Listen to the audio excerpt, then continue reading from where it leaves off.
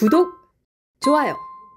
시청자 여러분 안녕하십니까. 목요일의 정치 명중 백지원의 백발백중입니다. 네, 오늘 지금 상황이 정말 심각합니다. 원달러 환율이 1,500원을 육박하게 생겼는데 지금 정치인들이나 책임 있는 공직자들은 국민이 해외 주식했기 때문에 이 지경이 됐다는 말도 안 되는 소리들을 늘어놓고 있습니다. 여러 가지 어지러운 상황들 오늘 한번 짚어보도록 하겠습니다. 사실 뭐 이 환율 관련해서는 정부가 그래도 이재명 정부가 어떻게든 방어하려고 국민연금까지 만지작거리고 뭐 기업, 증권사 등등 총동원한다는 그런 보도까지 나오고 있는데 네.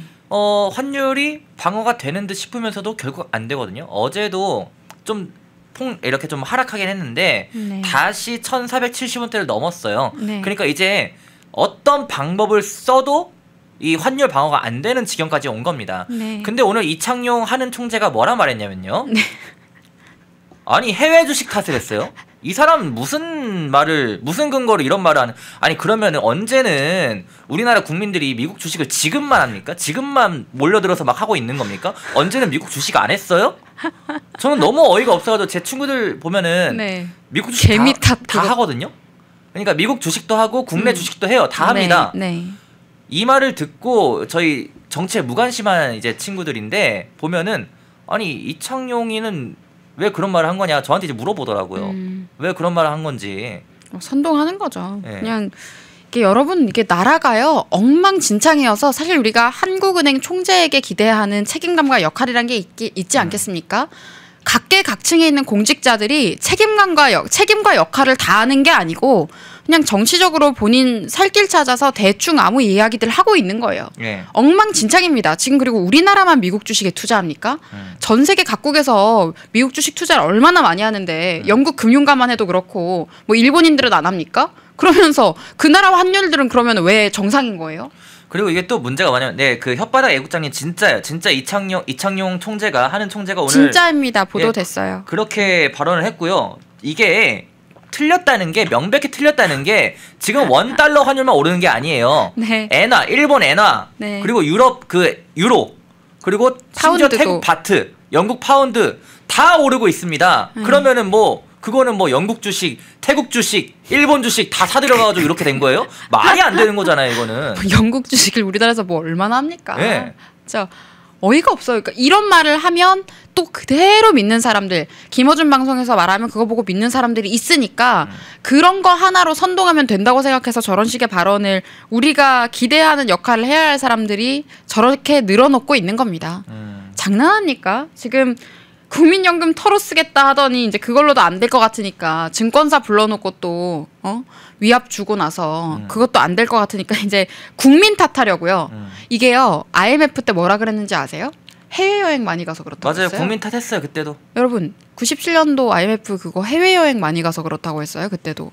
이제는 해외 주식 미국 주식해서 그렇답니다. 개미라면서.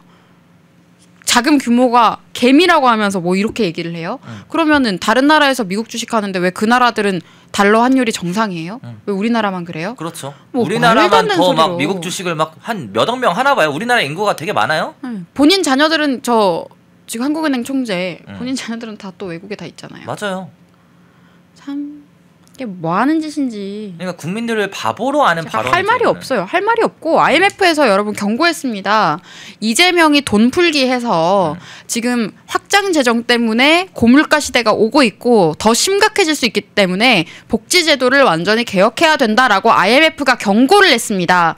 그런데 한국은행 총재라는 사람이 국민들이 미국 주식해서 환율이 이 모양이다? 무슨 말이 되는 소리를 하세요. 좀 책임감을 가지고 이야기를 해야 될 거 아닙니까?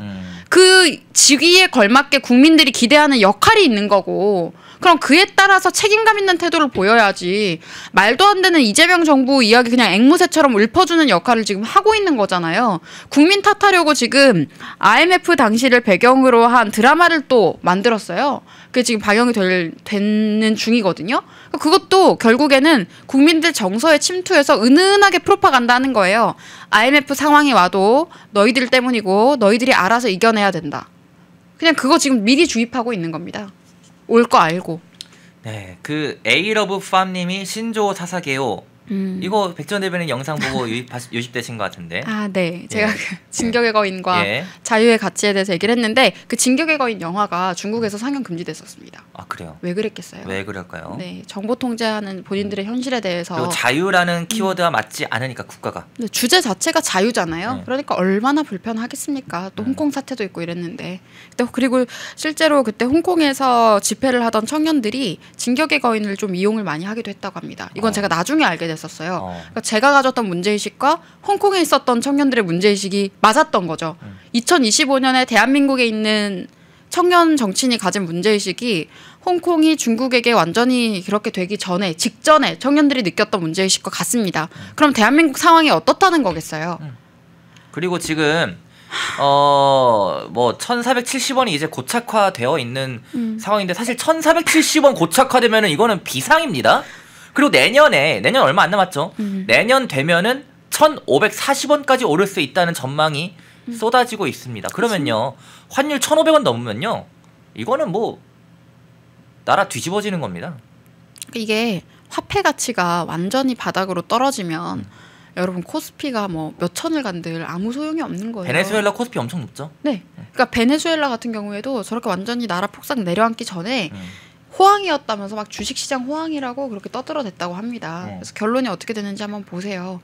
그러니까 베네수엘라라 그럼 별로 와닿지 않으셔서 공감 못하실 것 같은데 예. 아무리 코스피 뭐 수치가 올라간다고 한들 화폐 가치가 떨어지면 그리고 IMF 또 대공황처럼 그런 상황이 닥치게 되잖아요. 예. 회사가 없어지면 주식은 휴지 쪼가리가 되는 겁니다. 그러니까 좀 이런 부분에 대한 문제의식을 가져야 되는데 그리고 이재명을 저는 왜 뽑으셨는지 사실은 이해가 안 돼요. 뭐 국민 탓하지 마라 이렇게 근엄하게 말씀하신 정치인들이 있는데 저는 이해가 안 되는 거는 이재명이 2022년 대선 때 있잖아요. 이번 말고 그 전에 네. 윤석열 대통령과의 대선에서 이재명 쪽 공약에 뭐가 있었냐면 이민 제한이 있었습니다. 이민 제한이요? 네. 우리나라 국민들이 이민을 가는 것을 법적으로 금지하려고 했었습니다. 제재를 그거는 하려고 했습니다. 자유주의 국가에서 해서는 안 되는 거 아니에요? 네, 근데 그게 이미 있었고요. 그리고 코로나 접종하는 거, 코로나 주사 그거 강제 접종 그것도 다 있었어요 그때 공약에. 근데 그 사람이 그 다음 대선이라고 뭐 실체가 바뀌었겠어요? 그대로 그런 것들 이행하려고 하겠죠. 야 이민 제한이요? 이 네. 내용 모르시는 분들 많을 텐데요. 근데 모르실 거예요. 저는 딱 그걸 보고 큰일 났다고 생각이 들어서 유학 가려고 준비하는 친구들이나 해외 취업 준비하는 친구들한테 빨리 윤석열 정부 임기 중에 안 가면 정말 큰일 난다. 그 얘기 그때 제가 해주기도 했었습니다. 아, 참 이게 그리고 또 IMF에 대해서 언급을 했잖아요. 저희가 앞서서 네. IMF가 직접 경고까지 했다는 거는 굉장히 좀 이례적인 일 아닌가요, 이거는? 네, 그 IMF가 경고를 했고 최근에 경고를 한 거죠? 네, 최근에도 경고를 했고 몇 달 전에도 이 얘기가 이미 나왔어요. 근데 이거는 최근에 경고를 했던 내용들을 보면은 예. 이 내용 안에 들어가 있는 게 결국에는 복지 과잉 그리고 지금 국민들에 대해서 본인들이 돈 풀기 계속해서 지금 부채 비율이 급증을 하고 있고 이대로 가다가는 정말 국가 경제 자체가 붕괴될 수 있다라는 겁니다. 그리고 2050년에 부채 비율을 지금 예상을 하고 있는 게 130%거든요. 그러니까 부채 비율이 130%. 그러니까 이게 본인들 보세요. 지금 우리나라 정치에 마치 대단한 인플루언서인 것처럼 영향력을 행사하고 있는 김종인, 박지원 이런 분들. 그 사람들한테 2050년의 미래가 있겠습니까? 책임 안 져요. 그분들은. 책임 안 집니다. 근데 2050년이면 우리 세대가 아이들이 청소년 정도 될 때거든요. 우리가 대충 가늠을 해보면. 그 아이들이 우리의 자식 세대들이 살아갈 나라인데 이제 우리는 그런 미래를 생각해야 되고 당장 우리 자체도 살아가야 할 나라이기 때문에 더 절실하게 느끼고 있고 그렇게 목소리를 내고 있는 건데 그런 구태한 정치 기득권들이 우리 당에도 아주 깊이 침투해서 암약하고 있고 지금 이 사람들이 나라가 이렇게 망가지고 있는데도 본인들은 그냥 소위 양반놀이 하고 있는 거예요. 선비. 네. 양반놀이 지금 하느라고 폼 잡고 뭐 사과팔이나 하고 있고 엉망입니다. 지금 나라가 망하게 생겼는데. 사과파리 얘기는 저희가 이따 할 네, 예정이지만은 나라가 지금 내려앉았는데 본인들의 삶에는 영향이 없거든요. 법카로 밥 사 먹고 다른 사람들 돈 가지고 비싼 밥 먹는 게 습관이 돼 있고 뭐 따뜻한 온실 속에서 늘 하는 그냥 모임 같은 거 하고 그냥 기자들 만나서 그냥 술 한잔 하고 그러니까 뭐가 문제인지 모르는 거예요. 본인들 삶에 별로 와닿지도 않거든요. 그리고 본인들 자녀들한테 세습할 수 있는 것들 준비 다 해놨거든요. 그러니까 아무 문제 없는 줄 아는 겁니다. 그리고 지금 이게 $1 환율이 1,500원 위기인데 네. 국민연금을 만지작거리는 것부터가 네. 특히나 저희 청년 세대는 많은 분노가 나오는 것으로 확인이 됐는데 이 국민연금을 만지작거려도 되는 겁니까 이거를? 환율 방어한다고? 이 사람들이 국민연금 네. 개혁이랍시고 계약을 했잖아요. 그것도 탄핵 정국에 통과시켰잖아요. 그 통과시킨 게 결국에는 우리 세대들 등골 빼서 본인들 배 채우겠다라는 거잖아요. 기름칠 하겠다라는 거 아닙니까? 좀 그렇게 했는데 이제 그 국민연금도 끌어다가 쓰겠다. 이제 환율 방어를 위해서 끌어다 쓰겠다는 겁니다. 어차피 우리 세대는 못 돌려받아요. 못 받아요?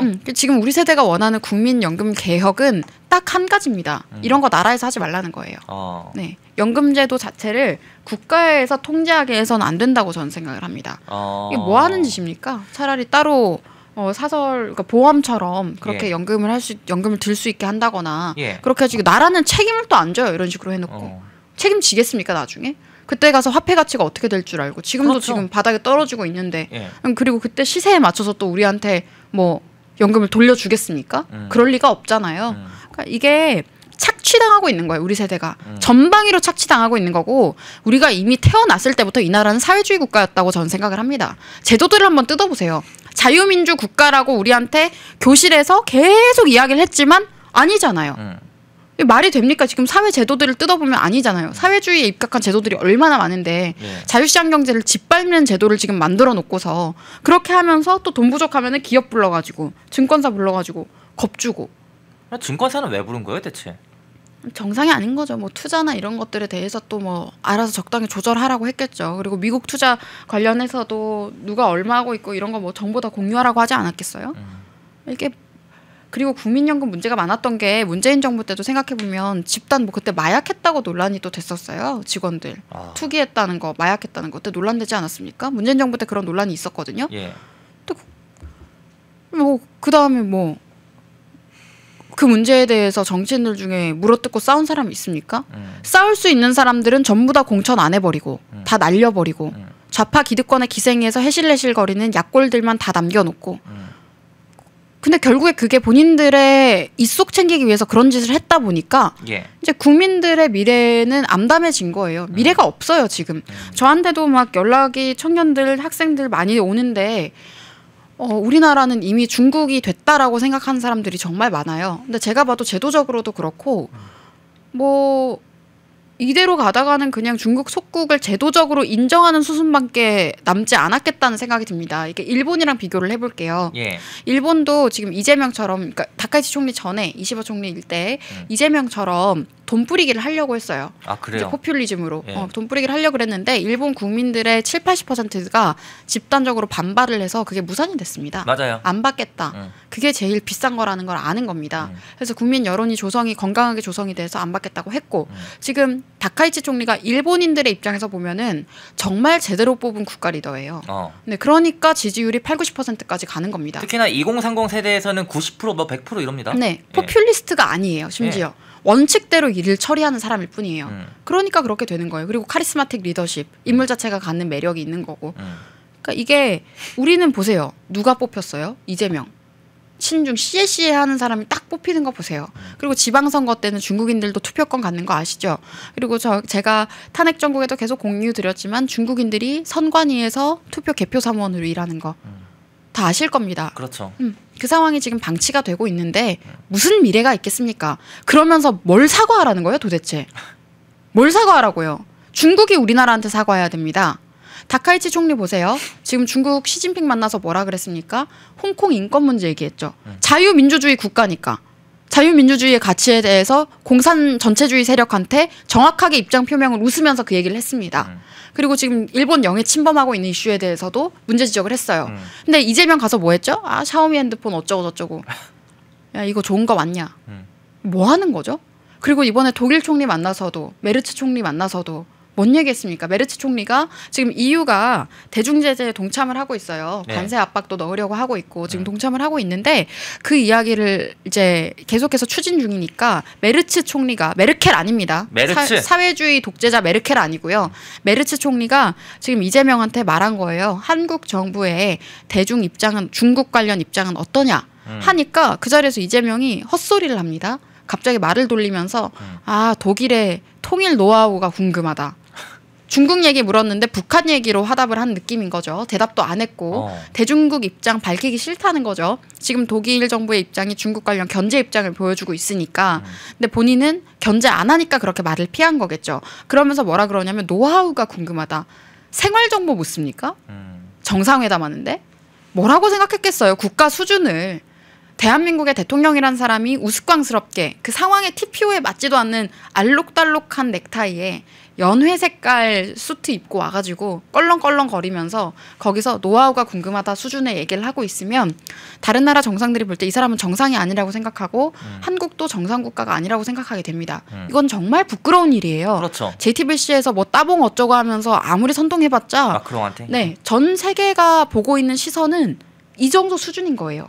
그러니까 이재명이 국격을 계속 떨어뜨리고 있는 거고 지금 이런 상황이 되고 있는데 또 환율 방어도 못하고 나라 국가 재정 다 털어가지고 자기들 마음대로 쓴 다음에 그 책임을 이제 국민한테 돌립니다.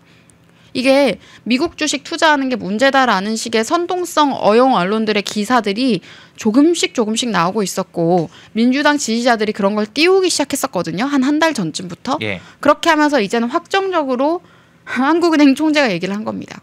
그러니까 네. 하는 총재 입에서마저 이런 얘기가 나왔는데 우리가 자유시장 경제 체제 하에서 미국에 투자를 하든 일본 주식에 투자를 하든 그거 우리 마음이에요. 그렇죠. 당연히 할 수 있는 거예요. 자유니까. 네, 우리 자유입니다. 그런데 이제 그걸 하지 못하게 유도하려고 기존에도 미국 투자하면 세금 엄청 떼요. 양도세 엄청 떼요. 그러니까요. 그러니까 그만큼 세금이 떼이는 걸 감안하고도 왜 미국 주식에 몰리겠습니까, 사람들이? 그런데 지금 더 올리겠답니다. 그거를. 기재부 장관이 그 얘기했어요. 못하게 하려는 거 아니에요? 아예? 네, 못하게 하겠다는 거죠. 그걸 더 올리겠답니다. 그러니까 여러분 벽 안에 가두는 가축을 만들려고 하는 거예요. 니들이 주식을 투자하고 싶으면 한국에만 해라. 그리고 환율 어차피 이러니까 외국 나갈 생각도 하지 마라. 미국 주식 투자하면 이제 매국노다. 낙인 찍겠다는 겁니다. 미친 나라입니다, 여러분. 그러면서 중국인들에 대해서 비판만 해도 이제는 징역형에 처할 수 있다. 형법까지 발의를 했습니다. 그런데 보수라는 단어를 팔고 있는 정치인들은 사과하자고 합니다. 공산 전체주의 세력한테 무릎 꿇고 사과 한번 잘 해보십시오. 지금 사과하자라고 뭐 성명문까지 낸 사람들이 있는 것 같던데 이 사람들이 역적들입니다. 여러분 기억하세요. 매국 전체주의 세력에 부역한 자들입니다. 그 이름 이따가 이야기 또 드릴 텐데요. 전부 다 기억해 주시기 바랍니다. 자, 그리고 제가 뭐 경제 얘기 사실 이 경제 얘기만으로 1시간 채울 수 있는데 네. 이 얘기도 빼놓을 수가 없습니다. 특검이 지금 네. 특검 몇 개인지 모르겠어요. 너무 많아요. 근데 이 많은 특검들이 다 논란이 있죠. 네. 그래서 지금 국민들 사이에서 지금이 아니에요. 계속 나오던 얘기가 뭐냐? 특검을 특검하라. 이런 여론이 나오고 있습니다. 오죽하면 특검을 특검하라고 국민들이 이렇게 항의를 하고 있는 그런 상황인데 네. 특검의 지금 지금까지의 행보 좀 어떻게 보십니까? 굉장히 오랜 기간 동안 진행되어 오지 않았습니까? 자, 여러분 지금 우리가 왜 이런 상황에 처했냐. 12월 3일에 뭐 1주년이니 뭐니 하면서 민주당이 또 쇼를 합니다. 뭐 그 다크 투어인가요? 뭐 한다는데요. 그 탁현민 뭐 우원식 등등.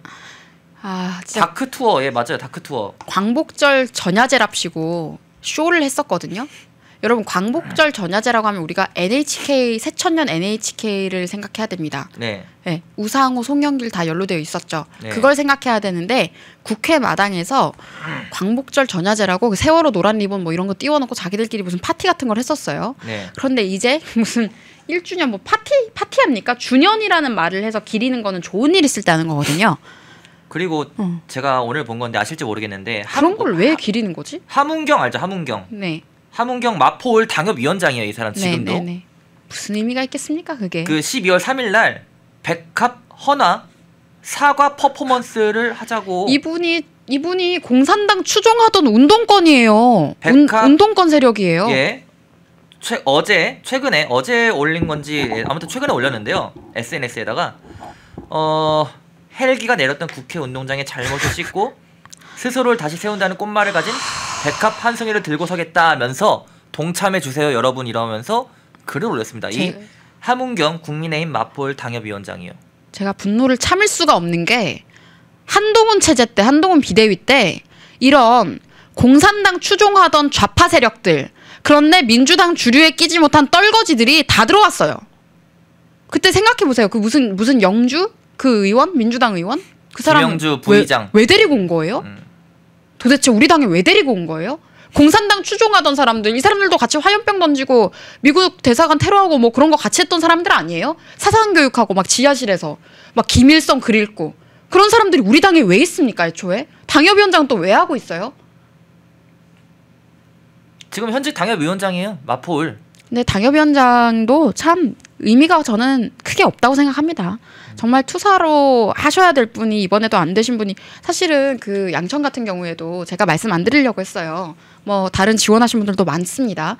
박성중 의원님, 박성중 전 의원님이라거나 조수진 전 의원님 정말 제대로 싸울 수 있는 분들이거든요. 근데 전 이해할 수 없습니다. 왜 이런 분들이 안 되신 건지. 뭐 이번에 오디션 한 지역구죠? 울산이랑 아마 그 양천이 아마 그 공개 오디션을 한 걸로 알고 있는데 울산에서는 네, 그리고 김태규 전 방통위원장 직무대행이 네, 당협위원장 된 걸로 알고 그리고 있습니다. 왜 여전히 장동혁 대표 주변에 보이는 청년들이라는 사람들은 한동훈 체제 때 낙하산으로 들어온 사람들이 왜 여전히 얼씬거리고 있는지도 이해할 수가 없다라는 것들을 당내에 윤석열 정부 때부터 기여했던 청년층으로부터 최근에 제가 제보를 많이 받았습니다. 그래서 이 이야기를 공개적으로 한 번 더 드리고요. 참 이 당이 제가 참 살펴보니까 우파 정당이라고 할 수 있는 상태가 아닌 것 같아요. 너무 병들어 있고요. 그러니까 윤석열 대통령 보고 뭐 과거에 뭐 노무현 좋아했었지 않냐 이런 식으로 얘기를 하시는데 정치를 하는 과정에 있어서는 좌파 전체주의 세력한테 핍박을 받으면서 그 온몸으로 느끼셨어요. 이 나라가 자유민주주의가 무너져 있는 나라고 법치가 무너져 있는 나라라는 거를 겪었기 때문에 정치를 하면서는 선명한 우파적인 정책들을 좀 하려고 시도를 하셨던 것 같습니다. 근데 그럴 때마다 국민의힘이 사실은 제동과 태클을 걸었던 거고 지금 특검 이야기 다시 한번 해보면요. 왜 이 특검까지 하게 됐는지 아세요, 여러분? 탄핵을 했기 때문이죠. 그런데 그 탄핵이요. 국민의힘 내부 세력이 찬성을 안 했으면 그 탄핵안이 통과가 안 됐습니다. 1차 탄핵안 내용 생각해 보세요. 한미일 외교협력이 탄핵의 사유이고 북중러에 부역하지 않은 게 탄핵의 사유라고 명시를 했어요. 그게 이 탄핵 선동 세력의 1차적 목표였다는 게 거기서 이미 탄로가 난 겁니다. 근데 논란이 되니까 2차 탄핵안에서 그걸 빼버렸는데 2차 탄핵안에 또 뭐 뺐죠? 내란죄 뺐습니다. 성립 안 될 것 같으니까 그때. 또 그건 쏙 뺐어요, 여러분. 그러면서 내란이라는 프레임으로는 또 선동을 하고 있고요. 근데 그 2차 탄핵안에 한동훈이라는 이름 하나로 본인들이 어떻게 해서든지 정치적 이익을 보겠다고 얕은 계산을 했던 그 사람들만 아니었으면 탄핵이 안 됐을 거예요. 탄핵이 그리고 안 됐으면 이 지경까지도 오지 않았을 거고요. 이 3대 특검이랍시고 하면서 이 사람들이 지금 국가 예산 국민 혈세 500억 쓰고 있습니다. 여러분 조사하면서 500억을 어디 쓸까요? 교통비에 쓸까요? 밥값에 쓸까요? 밥을 아무리 비싼 걸 먹어도 500억 다 쓰기 쉽지 않을 텐데. 뭐 한우 파티를 할까요? 뭘 사 먹을까요? 한우도 그렇게 뭐 한우가 막 오마카세 1,000만 원 하지 파티 않잖아요. 그런데 또 무슨 일이 있었냐면 특검 사무실에서 술 마셨답니다. 이 사람들이. 지금 이런 사람들이 날뛰고 있는 세상이에요. 사정 권력을 가지고. 그러니까 이 지경이 안 오게 방어를 하려고 했으면 탄핵 반대를 했어야 돼요. 그런데 박근혜 대통령 때 학습 효과도 없이 그냥 안 좋은 학습만 한 거죠. 기회주의적인 학습만 한 거죠. 네. 아, 탄핵시키면 우리 중에 아무나 대통령 하면 또 자리 나눠 먹을 수 있겠다. 그런 생각을 하셨으니까 이 지경이 된 겁니다. 근데 책임지나요, 그 정치인들이? 책임 안 지거든요. 본인들은 또 무슨 장, 무슨 의원 이런 거 달고 있으면 되니까, 따뜻하니까. 근데 그게 언제까지 따뜻하겠습니까? 정말 책임감 없는 정치인들이 여의도에 너무 많다는 말씀을 드리겠고요. 예. 특검 사무실에서 음주를 하는 게 정상일까요, 여러분?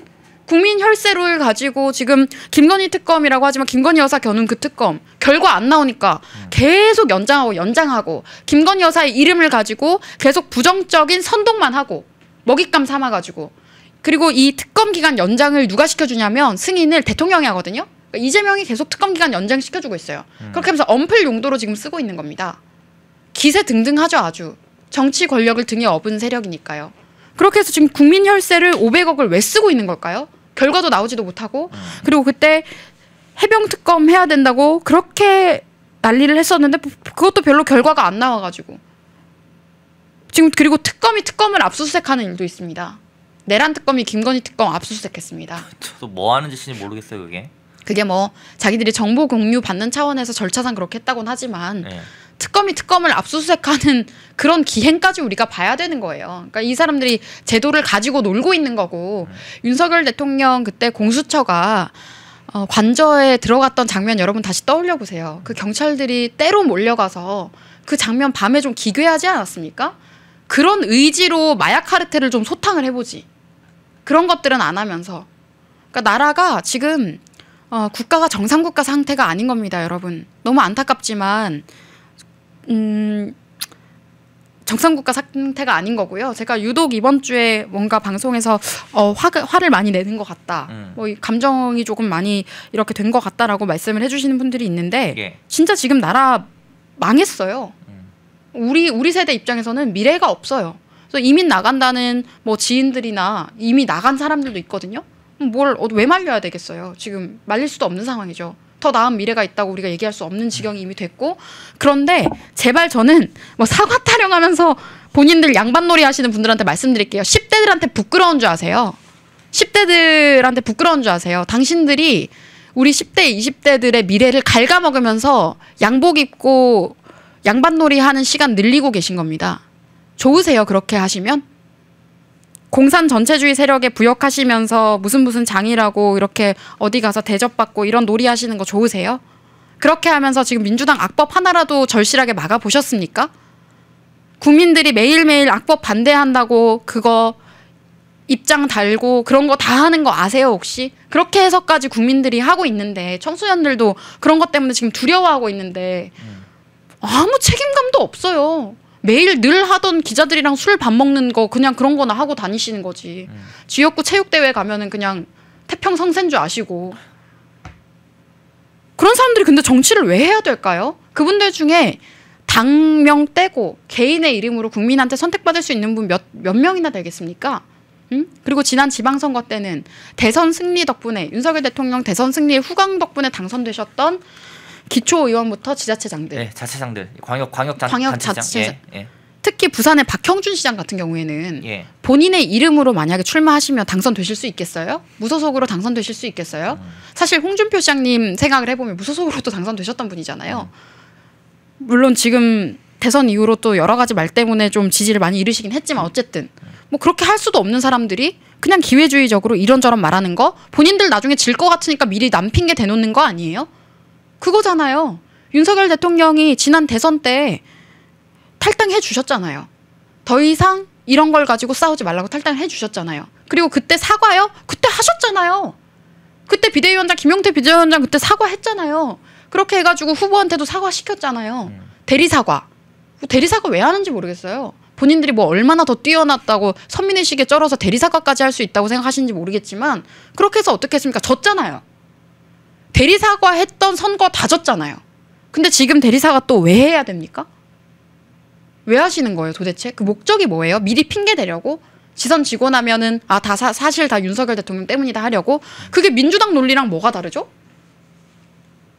그리고 애초에 계엄은 내란이라는 그 프레임 자체도 틀렸잖아요. 내란제는 별건이고 계엄이랑 내란이 별건인데 지금 탄핵안에서 내란을 빼버리고 자기들끼리 통과시켜 놓고 그걸 일체화시켜서 말하는 그 프레임 하나 못 깨서 질질 끌려 다니셨으면서 무슨 사과를 하신다는 거예요? 이재명 보고 사과하라고 해야죠.